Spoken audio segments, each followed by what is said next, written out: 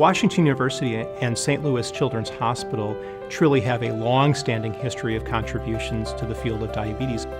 Children's Hospital was the first place in the United States that insulin was administered to a child, and much of that came out of research that involved the discovery of ways to mass-produce insulin. And since that time, we have continued to contribute in some of the largest and most important studies that have been done in the area of diabetes. The integration of basic science, translational, and clinical research is unparalleled, I think, at Washington University. And not only does it occur, it happens effortlessly.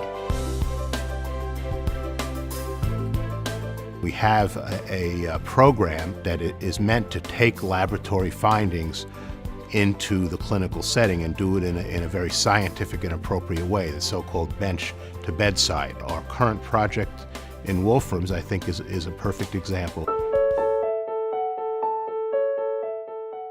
Wolfram syndrome is the most difficult form of diabetes. Patients with Wolfram syndrome develop juvenile onset diabetes. In addition, they develop optic nerve atrophy, which leads to vision loss. They also develop neurodegeneration, which makes them difficult to control their movement, even breathing. Sometimes it makes me feel like a little bit mad because when my blood's low, I feel really shaky and I get headaches a lot. Many patients die by the age of 30, and there is no treatment to delay the progression of this disease. No drug company is interested because this is such a rare disease.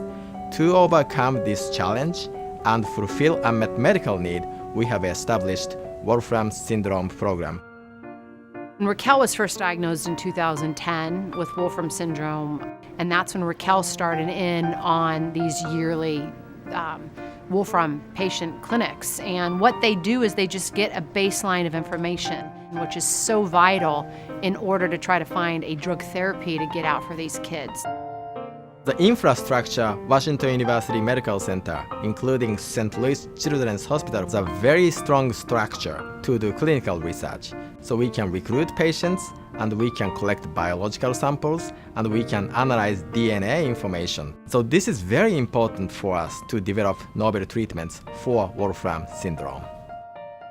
The close integration and interaction between clinicians and scientists is really where this place excels. The academic environment here is devoted to integrating clinical care and teaching of students and residents with the academic mission of research. Our fellowship program at Washington University has a broad base in clinical skills, and it's combined with one-of-a-kind chances to do research in basic science or clinical science in the field of endocrinology.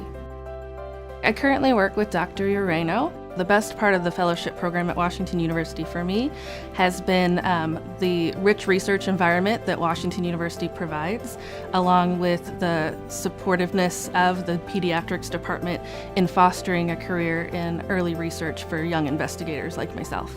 We made a major discovery last year.